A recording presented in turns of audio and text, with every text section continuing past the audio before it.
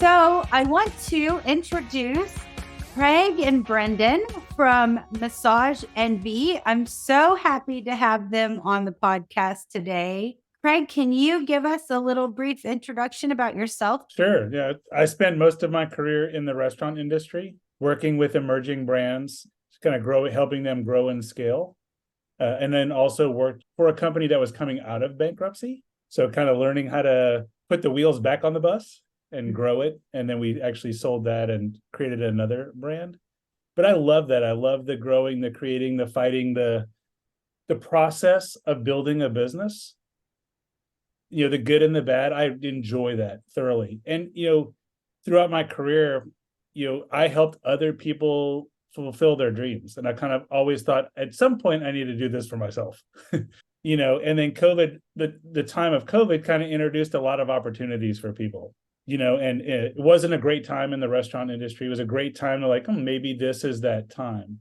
And I had been at the executive level, for at least the last 10 or 12 years in my career. So I didn't technically run restaurants, I ran businesses. And so I understood that a lot of my skills translated across businesses. And I was in the service industry, which is that one skill is, it applies to everything that you do. So I really kept an open mind into the businesses that I looked for. And I really just wanted to find something that would be a good fit.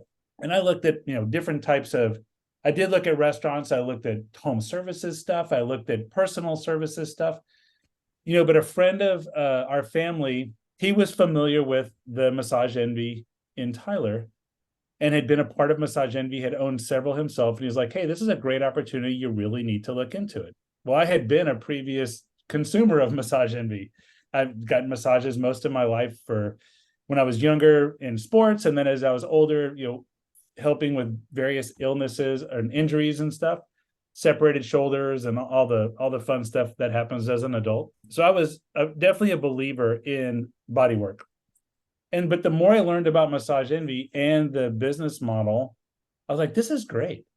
I know service, I just don't know massage, but I already know it from the client side. And so I could learn it from the business side, which was interesting to me. And the more I learned, the more I was intrigued. And next thing I know, I'm in Tyler and I own the Massage Envy. But it's been awesome. It's been a great journey for us, learning and growing and building that and adding to my own knowledge, different ways of trying to grow a business. And I knew how to grow restaurants. And it's somewhat similar maybe from a marketing perspective, but adding in that care side and where you're really connecting with that client. We would connect with you in the restaurant, but it's not the same when somebody's helping you heal. That's a different connection. And it's very rewarding, honestly, when you see people and they're walking out smiling and they're walking better and they're kissing the therapist because they're so happy. That makes me feel good. I love that. I love being able to do that and to have a place that's mine that I'm proud of and to create an environment for all of my employees that I'm proud that I'm a part of. I told them, I'm like, look, this is our clinic. I live 2 miles away. We have the opportunity, all of us, to build a business that we're all proud that we work at. And if we don't, shame on us. This is ours to do. So let's do it right. Let's do it in a way that we love going to work. And if there's something that you need or tools that you need to do your job, tell me. That's my job. I'll make sure you have what you need to be successful. And then that way you can focus on the task at hand and healing people and making them feel better or relax or giving them, opening them up to different services and stuff. So I did bit about me. That's okay. So Craig, you own a franchise. You're a franchise owner. Yes. Massage Envy, and you own the Tyler location. And do you have any other locations? This week, literally acquired the Frisco location. So I had, been looking for other locations, not aggressively, but when I first started with Massage Envy and we went to a regional meeting, Brendan and a few others, really kind of immediately, hey, I'm Brendan. Here's my card. Call me if you need me. There were a few people that really wrapped their arms around me and supported me. And, really, I think we kind of got along from the beginning, and then when these opportunities came up, I got a phone call. He explained what was going on and I was excited because I knew him. I knew how he treated his people and the kind of the culture that he had. And it was similar to my culture. So then I really looked at it critically to see if it would be a good fit for us. And everything seems to work out. So I'm very excited and happy. Awesome. Well, that brings me to Brendan. Brendan, do you want to talk a little bit about yourself? Not really, no. No, the first part of what Craig is actually talking there, and I'm honored that Craig is actually we're passing the torch to him, passing the proverbial baton. I would say, when you look at the entire business cycle of any industry, Massage Envy and the massage therapy industry, we are a nascent industry, and it's probably maybe on the second leg of what it really can be. And we've come through a long slog of opening and really bringing massage therapy and skincare services for what we do. But really, I know we're talking more about massage here. We brought it from what we call the elite and expensive circles of what it was 20, 25, 30 years ago. Either you knew someone that was a massage therapist, or you go to a spa on your wedding day. It was primarily women. Men usually didn't do much of this. And it was expensive, or you go to a fancy hotel on a vacation and you're out on the beach and everyone has those dreams, but it was not something that was really mainstream. And I'll kind of give you, my journey is much different than Craig's, but somewhat similar. But I was never a client. I never had a massage until the day that I signed the agreement to be a franchisee with Massage Envy in 2005. That was literally my first massage. And I started out. Hey, y'all. Howdy. How's it going? I just wanted to send you a quick message to let you know we are having an exciting event coming up Saturday, February 24th at Handcrafted Therapy in Plano. That day, we will have a lot of different instructors with booths giving demonstrations about how to find your niche. So please come and join us. Mark your calendars. If you want to come as an attendee, it's only $5 to get in. You get snacks and drinks and products and demos, all kinds of fun stuff. If you want to sign up as a vendor, please contact me. It's $150 for a table. Please come find your niche at Handcrafted Therapy. I wanted to be an astronaut. That's true. I went to the Air Force Academy. Don't like people telling me what to do. Didn't work out well there. I could perform, but I just didn't really enjoy it. I wasn't happy. So I pivoted. I went into business administration, marketing, and got my degree up in Stillwater, Oklahoma at Oklahoma State in marketing with an emphasis on consumer behavior and psychological and sociological social psychology. Then mom and dad said, hey, let's go build a winery. And I thought, okay, this is random. We built a winery and a bed and breakfast. And I moved down here to DFW in 2003. And at the time, I had a business plan written for frozen custard. Like what we have now here in DFW's Andes. That's the business plan. When I was 10 years old in St. Louis, Missouri, we would go to St. Louis Cardinals ball games in the 80s. And after the ball game, you went to a little place, frozen custard, called Ted Drew's. And at Ted Drew's, I always got a butterscotch concrete. I just love the butterscotch. When I had the butterscotch concrete, I said, this is joy. I want to share it with people, and I can do a business with it. And fast forward to Massage Envy. This guy, he actually lived next door to the Cold Stone guy because he knew about custard. And he says, look at this thing called Massage Envy. There's these clinics here in Phoenix that are doing really well. It's a membership-based massage therapy business where they said we do professional, convenient, and affordable massage therapy. You could be on your cell phone. This is before the iPhone, in the parking lot, calling them and actually get in and get an appointment. Because before, you had to know somebody, like we talked about. You had to go to a hotel or a resort, and it was always expensive, and it just didn't work. It wasn't available and accessible, and this was actually cost effective. And I thought, that's a really good idea. And I think Craig was hinting at the same guy that introduced him. That's the guy that introduced me as well. And this was 20 years ago. And I had no idea that Craig and I had that same mutual connection even until last week. So I go down to Houston and I got my first massage, and I'd done all the research on the business side of things, whatever. And the therapist, he took his elbow. We were running long in our meetings, big shocker. And he takes his elbow, he runs up and down my spine on both sides. And I come out 15 minutes later, I said, that was amazing. I cannot believe I've never tried this. I've always had my shoulders rubbed by, whatever, but that was amazing. I would sign up for anything after that. This is awesome. And it truly is the best membership that I've ever come across or heard of. And really back then it was really only gyms that were still doing memberships. And that's where the idea for Massage Envy came along. And I signed up and we never look back. And that was in 2005. And then we built our Stonebriar location here in Frisco, Texas. We opened our second location at Craig Ranch in 2007. And then the third location that Craig is just now taken over in 2009. So we built those up and we ran 3 locations. And then as the years have gone by, like I said, there has been a lot of challenges, a lot of great opportunities. And then being able to, this still sticks with me. Her name was Dawn Cotton. And if you're listening, Dawn, this is for you, as I still remember this 20 years ago. She said, when you relieve someone's pain on an emotional level, you'll have a client for life. And the stories that we probably will get into a few here today of the clients that have come to us in all walks of life, all manners of different kinds of pain, whether it be physical or emotional, and we're able to help them. When people would come and they always left in a better mood, Craig mentioned it earlier as well, when people leave us, they always leave feeling better, emotionally, spiritually, physically. The whole total body wellness is a real thing. And the lives that we're able to change in that regard are unmatched and second to none. And we're doing it out in front of the traditional Western medicine methods. So we're actually able to help people. And that's just, it's truly rewarding to be able to do that. That's awesome. Brendan, you've been with Massage Envy now for 20 plus years.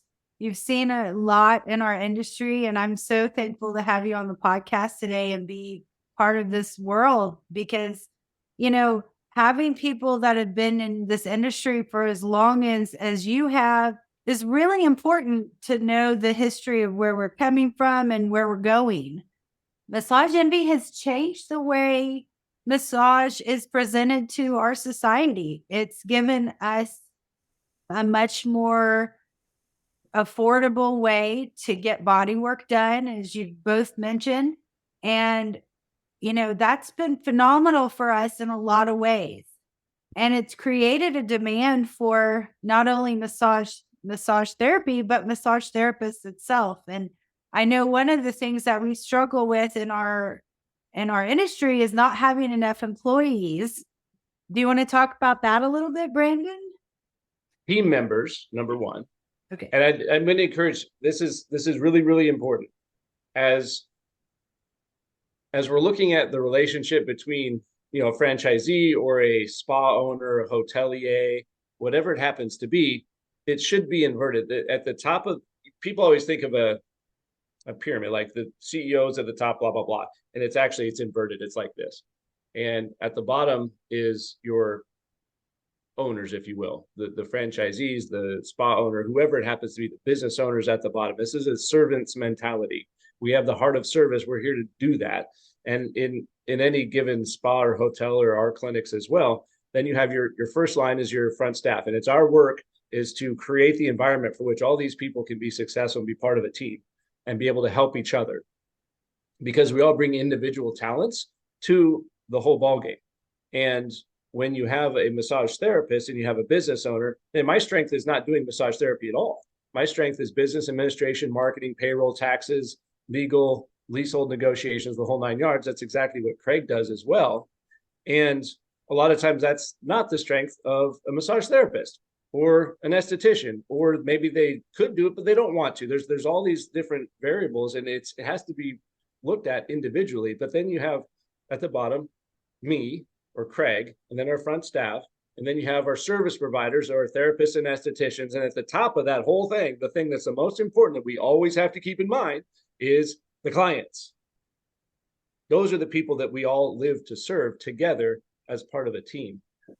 I said, it's kind of like when you have a manager versus a leader. There's a big difference between the two. So I forgot the question though. Can you repeat that? That's okay. The shortage of employees in massage therapy Yes. in our industry. Exactly. Yeah, this has been the biggest problem. So when we first started, it was not that way because there were a lot of therapists that again, it takes a unique individual, and we applaud and we champion those that can go out and run their own business, but it's not easy. It's really hard. And sometimes people I just want to do a massage. I don't want to do the linens and the lotions and the advertising, the marketing, the bookkeeping, and the taxes. Oh, the taxes. 1099 W-2. There's a big difference. Anyway, they don't want to do that. And that's where we came into play, and then bringing the clients in. And it was a perfect marriage then in the very beginning. But then as people found out, the clients, they were coming to us in droves. They said, this is amazing. We actually have access to something that's so wonderful. It helps us. And we don't have a way to access it, but now we do. And then all of a sudden, everybody got the idea. They heard about this. And then boom, you have an explosion of the industry. And since I would say really, we opened in 2005 and we started talking about this as a problem probably in 2007. Ever since then, it's been an issue. Wow. The talent. So we have more clients than we know what to do with because people clamor for these services. And then Craig, I'll let you chime in here as well. Yeah. I mean, when I purchased my clinic in March of 2021 is when I took over. So I took over with a therapist shortage. And I think, to Brendan's point, one of the challenges of bringing massage to the masses is more people are aware of it, more people are understanding the benefits of it, so the need is growing exponentially. And then it's just trying to keep up with that pace with more students and more people coming into the industry, which in itself is a challenge. Then you throw something like a pandemic in the middle of the mix, and maybe somebody who's on the tail end of their career as a massage therapist with a few years left, they're like, I'll just retire now. So there was we lost some people maybe a few years early. And then there was a time where the schools were either closed or shut, or like, even if they were open, maybe enrollment was stifled significantly. So it's almost like a perfect storm of increasing demand, this like stranglehold on the therapist injection that the schools can constantly pump into the system, or are hopefully pumping into the system. And so now, while there was already a deficit, it was like, whoa, holy cow. And then also in that time of COVID, I think just, like I said, from being a client and a consumer, I knew how hard it was for me to get scheduled with my massage person. And it was just like, well, and I thought it was great because I'm like, oh, more people are finding out about the benefit of this. And during COVID, I think a lot of people were kind of looked inward at their own health, and it probably poured gas on the fire of even more people wanting it. Because in 2021, when I took over, our demand was not down. When I was looking at the numbers, it was as strong as it had ever been. We just didn't have the people to meet the need. And I tell therapists, I'm like, look, I could hire 4 people right now, full-time employees, give me 48 hours and I'll fill your books. I've got people I can get you on. I can fill your books if you can give me hours.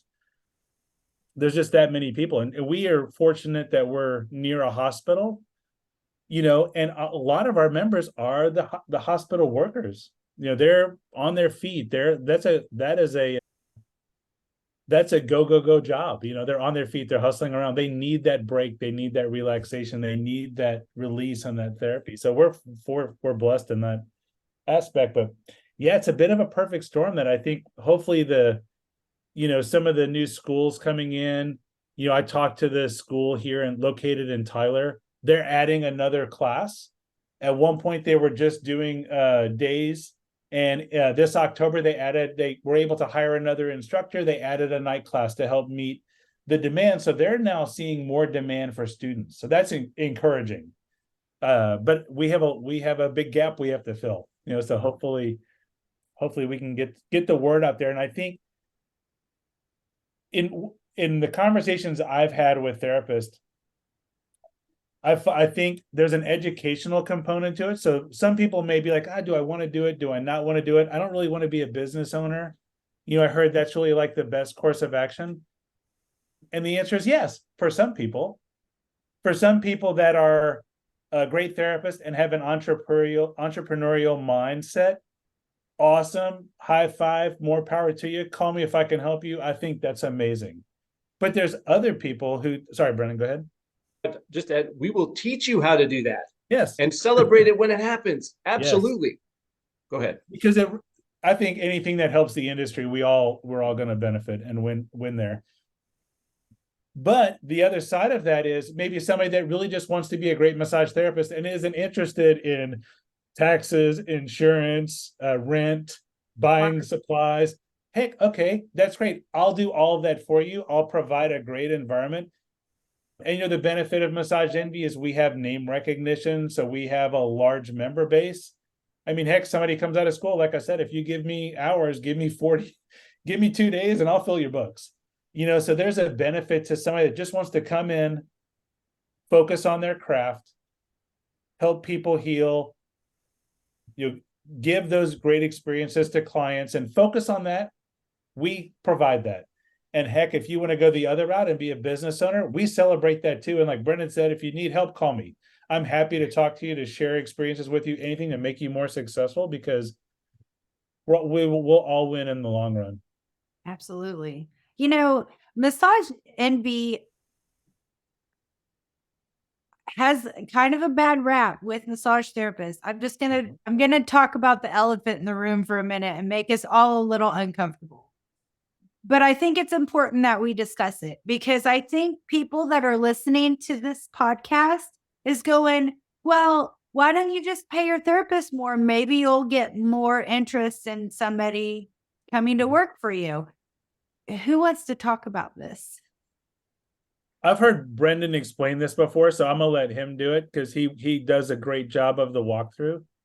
Well, yes, we know this is a thing. Okay. Yeah. And I'll kind of say, let's first start and this doesn't matter, take the name out of it. Okay. So you've got, I'll throw some of the brands out there. There's Massage Envy, there's Massage Heights, Elements Therapeutic Massage, Hand and Stone. They're all franchise brands.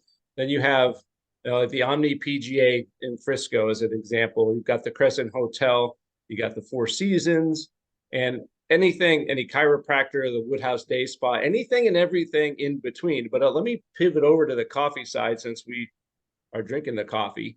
Everyone knows Starbucks as an example. And how many times, I'm kind of speaking to the audience here, how many times have you gone to a Starbucks and is it always a wonderful experience? And the answer is usually no. It most of the time is, but every now and then you have a bad experience. And Starbucks are all corporate stores, and we all love the brand. There's the emotional connection of I go there with my wife every time, or we go on the dates, or I meet my friends for coffee, et cetera. And there's that emotional connection too, which is really important. But that doesn't always overcome the people aspect. And every individual location, every franchise brand, every national brand, every individual mom and pop. I talked to a therapist that's working with a chiropractor it's an individual, and it's not really working very well because of the individual situation. So, and I encourage all of our people to do this, as the students I've worked with and taught over the years, or even as we're teaching existing therapists. You go in any career, any industry, any line of work, it doesn't really matter. You go in and you interview the business as much as they may be interviewing you, because it comes back to the culture of the individuals at the location. This is why when you go to a Starbucks and you have a bad experience or an angry barista, you can say, well, this isn't really Starbucks. This is this person. Maybe they're having a bad day. That happens too. How many times have I said, gosh, it seems like you're having a rough day, something's happened outside? Because usually when people come here, they leave happier, and that's all we ever want to do in our brand as well as anywhere else. So there have been, unfortunately, bad experiences for people at not only Massage Envy, but also the others. It happens everywhere because of individual leadership. And there's kind of an old axiom in business in general. It says people don't quit businesses, they quit managers, or they quit the people that are in leadership. And that's where we really have to focus on what they're looking for. And then kind of going to, you mentioned the pay structure, right? So we asked the question, well, I said, how much should a massage therapist earn? And everyone has various different answers. 9 times out of 10, I asked that question. The person I'm talking to actually, I don't say undervalues, but they underestimate what they say what they need to earn is like half of what we actually pay at our clinics. And we're pretty standard nationally as well. We can't speak to specific individual situations, but I can give kind of a range in that when students come out just fresh out of school and they start looking, and this doesn't include benefits or health, nothing, just kind of the base range of income as a starting massage therapist at a Massage Envy or a very similar type brand, you're looking at I don't know, 40 on the low end up to 60 on the high end. A lot of it depends on the commissions you receive from your clients. Those are called tips or gratuities. And those are just little certificates of appreciation that are colored green with presidents' faces on them. So when you serve someone really well, they give you lots of certificates of appreciation. And that's a good thing. So when we start breaking it down, the pay structure is complicated. It just is. And it's our mission and our job to be able to help educate people on how this works so they can make a decision that's best for them. And I'll kind of go to the entrepreneurial side of things. When you're running your own business, you have to do everything. Okay, if you're, say, as an example, you're a traveling massage therapist, you have a table and you've got your car and you do out-call appointments. Okay, well, you're having to purchase your table and your equipment, your stereo system, and you have your booking engine, your merchant fees that are going to be 4%. And you start adding up all these things. That's the business administration side, your lotions, your linens, your supplies, and your time. And for every 1 hour session, I'll use the DFW, Dallas Fort Worth, as the example. If you're driving, say, an hour and a half session, you're going to drive, you have to book an hour of time before the session, your session, and an hour of time after the session. So if any 1 hour session, you're booking a 3 hour block of time just for travel time to set up, do the session, take down, travel, do, set up, take down, etc. By the time you're doing 4 sessions in a day, that's a 12-hour day. That's a lot of time. At a clinic like what we're doing, you can come in, you can do a 4.5-hour shift, or some therapists just want to go straight through. Some want to do 6 hours, and we work the breaks in. But you have to have that teamwork aspect of things. If someone's telling you what to do without any kind of input from you, or if they're just being bossy, I don't know if I'd want to work at a place like that. It should be a collaborative effort, but there's needs on both sides of the business. So at the end of the day, you take all that time, energy, effort, and cost that goes into the administration. In a clinic, you're working as a therapist. You basically are building your own private practice because your clientele become your clientele even within the 4 walls of a practice. And there's a cost associated with running the practice. Rent on a 3,200 square foot building in a commercial high-end retail center, that's not cheap. You're looking at $10,000, $12,000 a month just for rent. And if you're doing, say, 1,000 sessions a month out of that, that's $10 per session right there. That's rent.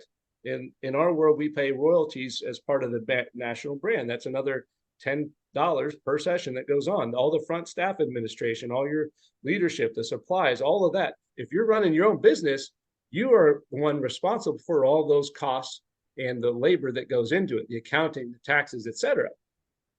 So if you think, say, on average, say $80 comes in as a income, the gross income at the top line.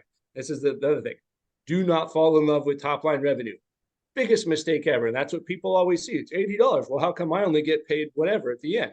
I'll kind of walk you through that. So you're $80, that's your $10, that's your $10, that's your $20. We're already at 40, and that's only 3 line items. That's in our world, that's our rent, our royalties and marketing fees, and that's not even our merchant fees, that's our front staff, like the administration of the building, the actual labor cost. That's already cut in half. So if you're running your own business, you're doing all that yourself. You get to keep the 80, but all these expenses are coming out. Now, you are your own front staff, you are your own lotions, your own linens, all of that administration, the taxes, the marketing, the advertising, your business cards, your promotions, your Facebook, the whole 9 yards. You're doing all of that. But the question is, do you want to? And when you take it into that example of the out-call therapist, all that time that you're spending too. So the question is, do I want to keep the income for myself, which again, we celebrate that. We'll teach you how to do it. It's awesome. and there's certain people that love it, I would do it. It's awesome. But do you want to do that? And if you're not wanting to do that, the question is, after all that's left over, by the time we get left, say there's $25, $20 is the commission that the therapist earns after that, all that stuff comes out. You have to look at yourself and say, well, the business has $27 left after they paid all the expenses. And I'm not talking 4 line items. The P&L is like 3 pages long. There are all these little death by 1,000 cuts line items, right? You got $27 and you're going to get 25 of it. And you look at yourself and you say, for $2, I get to pay them as a commission for the work that they did, the business. It's a flipped mentality. I can pay you $2 and you take care of all of that for me. And all I do is show up, do my sessions, help clean up, be part of a team, and I get to go home. So I can do 4 sessions in a day with 5 hours of time versus 12. Maybe that's worth it to me. Maybe it's not. Excuse me. And the last thing I'll say, when you're part of a team like that, though, your limitation is your time. And if you have your own business, this is the beauty of being a business owner, you have unlimited potential of growth. But as soon as you run out of time as the massage therapist, what are you doing? You're bringing on new team members. You become the leadership. And then you're getting into a whole different world. It's called HR and people. That is different than massage therapy as a practice. So they're 2 totally separate. But again, you have unlimited potential. You can be the next 4 Seasons. You can be the next Omni PGA. You could be literally the next Massage Envy, Massage Heights, Hand and Stone, whatever you want to be. That can be you. But it's hard. But you can do it if you want to, and we can teach you how to do it. The question is, do you want to put in the effort, time, and energy on top of your actual practice while paying your bills, eating, having a roof over your head, and driving your car to actually put that in? But it can be done. So I'm going to summarize all that I just said, basically in one sentence. Do I want to outsource that to someone? The business administration of the whole thing. Do I want to outsource it and pay a small chunk, or do I want to do it all myself? That's really the ultimate crux of the decision, if you look at it. So you're absolutely right. Is the massage therapy career for you, or is it an entrepreneurship career choice for you? Because it is a completely different road to take. I mean, I'm well down the path of the entrepreneurship, right? I'm way down. I'm not going back. But going back and looking at my decision and the fork in the road at the very beginning, looking back now, I'm thinking, man, it would be so much easier just to work for somebody else. Right. And so I think if you're not a self-motivator and you're not wanting to do a website, you don't want to network, you don't want to send email marketing blasts and manage your own calendar and figure out which scheduling app to use and finding a room to rent, all the things, the taxes, the LLC, all the things you've talked about. If you're not wanting to do that, don't do it. There's so many places to work. I mean, Craig seems like a very nice man to work for. And I think he would take out all that stress for you. You can just go to work and come home, right? Mm-hmm. That's the question. The question is, do I want to be my own boss, or I would say, if you can be happy, this is myself speaking. If I could be happy working for someone, I'd do it in a heartbeat. The problem is that's not me. That's never been my calling. And it's 2 totally separate worlds, and it's perfectly great being both ways. It doesn't matter. Yeah, absolutely. On one thing you had mentioned about, massage envy or the perception that we pay less, you can look on Indeed and all of the major brands list the exact same dollar range they have to gather talent. We wouldn't have talent if we paid significantly less than other people. I know that some of the therapists that I've talked to that have come to work for me, they're like, oh, well, they're offering whatever it was like 25% more than I was paying. But it was $10.99. Mm-hmm. And they got to do their own sheets and bring their own supplies. Yep. And I'm like, I'm not an accountant, but you should call an accountant or somebody that knows they're talking about it and have them run those numbers for you. Because when you are a self-employed person, you need to understand what those taxes are. And if you have to buy your supplies, you need to understand what is going to be your cost per service and really understand how much you're making. But what they see is the big dollar. They're going to pay me this. Well, it actually, when you do the math, it ends up being like $4 an hour less than I'm paying you, or you have the potential to make with us. But they don't see that yet. They need to like draw that down. And I'll try to do it for them, but I'm not an accountant. And I tell them, look, you need to talk to your parents or your friends or whoever you trust and have them walk you through this exercise and really understand at the end of the day what you're taking home, because we're all very competitive. We need to be competitive. You know, we all pretty much offer the same thing. So really what I look for with the therapist is not really the dollar amount. Yes, the dollar amount, I make sure we're competitive and we're at I want to offer the best compensation packages in Tyler. But I also know that that's not just dollars. Like, how do I make this not a really good paying side hustle, but actually make it a career that somebody can grow in? Great. We can offer PTO, right? You're self-employed. You can get PTO. It's called not getting paid, not scheduling time off. We work with people to get health insurance. You can get discounted health insurance and be able to benefit from the group. So you get group pricing as opposed to individual pricing. We work with like the local chiropractor, so we can get chiropractic care for free for our therapists to help them keep their bodies working, So there's some ancillary things that we can do for them to help them stay healthy and give them time with their family and be able to take a day off to go spend with their kids or go to graduation or go on vacation and not stress about not getting paid for that. That I think to just try to add to it. And my goal is I want people to stay for a long time. I want to create an environment where they can have a great career and thrive, Again, the more that they can stay healthy and the more guests they can service, we're all going to win. Absolutely. I do want to ask a question though. You mentioned, Brendan, that when a situation comes up and you have a management problem, let's call it a situation with maybe a specific franchise owner that is it's not as successful as you'd like it to be. What steps is Massage Envy doing to help better that situation? We very specific. This goes back to the culture we're talking about. And I'm an advocate. If you know me long enough, you'll hear me say hungry, humble, and smart. And this isn't my work. This is Patrick Lencioni. He wrote a book called The Ideal Team Player. And can you put it in the show notes, actually? What? Yep. That's fun. I've never said that before. He wrote The Ideal Team Player. And in it, he identifies the three core virtues of the ideal team player. And those are hungry, humble, and smart.